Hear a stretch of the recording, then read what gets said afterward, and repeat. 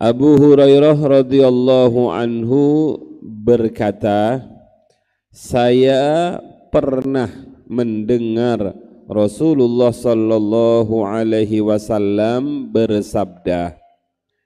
Isi sabdanya baginda Rasul, man kana yarju liqa Allahi falyukrim ahlallah. Siapapun orangnya yang berharap ingin berjumpa bersua dengan Allah, anak-anakku, kemuliaan yang paling mulia di sorga itu bukan sorganya, bukan bidadarinya, bukan hidangan-hidangannya, bukan fasilitas-fasilitasnya, tapi kemuliaan tertinggi di sorga itu adalah bersua dengan sang pemilik sorga. Itu yang paling indah. Wujuhu yawma idzin nadhirah ila rabbiha nadhirah. Ketika seseorang mendapatkan kemuliaan bisa bersua dengan Allah, maka tidak ada lagi kenikmatan yang lebih nikmat dibandingkan itu. Lah kalau orang itu pingin mendapatkan kenikmatan bersua dengan Allah, kata Kanjeng Nabi, caranya falyukrim ahlallah, muliakan keluarganya Allah. Ini istilah pertama yang disampaikan oleh Rasulullah. Oleh karenanya para sahabat agak sedikit kaget, loh masa Allah punya keluarga? Padahal lam yakun qul huwallahu ahad Allahus samad lam yalid wa lam yulad wa lam yakul lahu kufuwan ahad. Kok Allah punya keluarga? Maka mereka bertanya, hal lillahi azza wa jalla ahlun? Ya Rasulullah, apakah Allah itu punya keluarga? Nabi menjawab, na'am, iya, Allah punya keluarga. Manhum ya Rasulullah? Sinten niku ya Rasul yang menjadi keluarganya Allah? Mulia sekali kok jadi keluarganya Allah. Sinten niku ya Rasul? Qala, Kanjeng Nabi menjawab, ahlullahi fid dunya alladzina yaqra'unal Qur'an. Keluarganya Allah yang ada di dunia adalah mereka-mereka yang selalu membaca Al-Quran. Makanya tidak ada ibadah yang lebih utama dibandingkan membaca Al-Quran. Afdalu ibadati ummati tilawatul Quran. Sebaik-baiknya ibadahnya umatku setelah yang wajib-wajib. Setelah yang wajib-wajib itu maksudnya setelah sholat fardu, setelah puasa wajib. Yang paling utama adalah membaca Al-Quran. Ala man aqramahum faqad aqramahullah wa a'tahul jannah.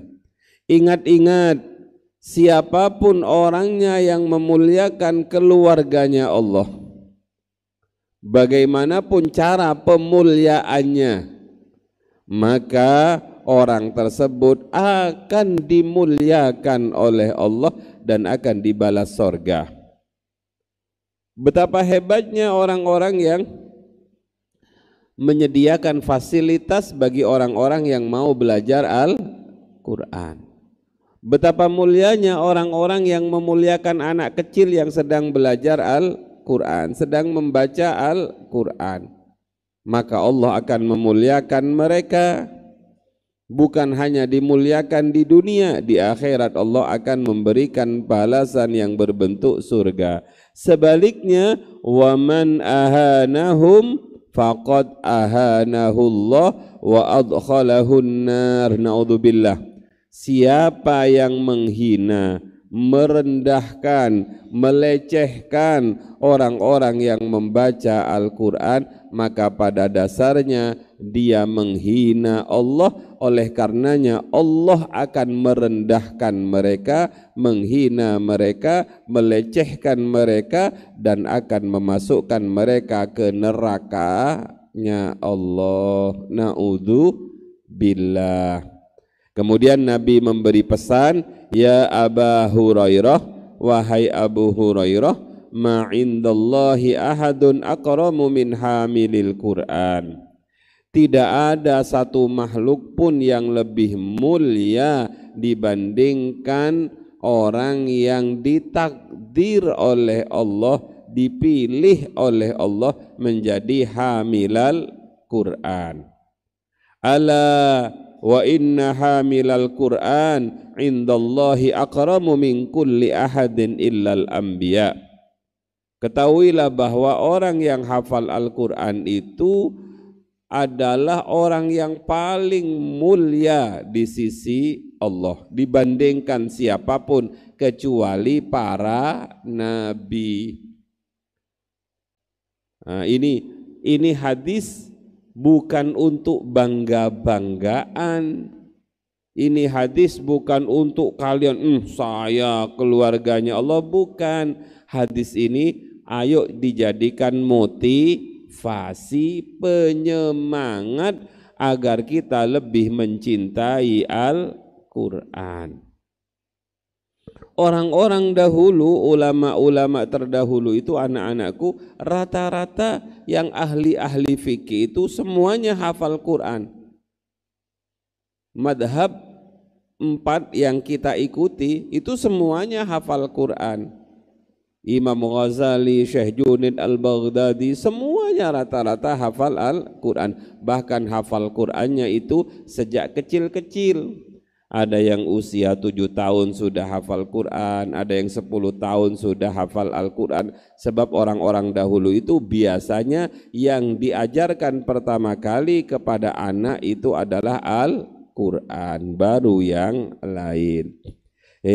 Ingat, hadis ini bukan untuk sombong-sombongan, tapi hadis ini adalah hadis penyemangat, motivasi.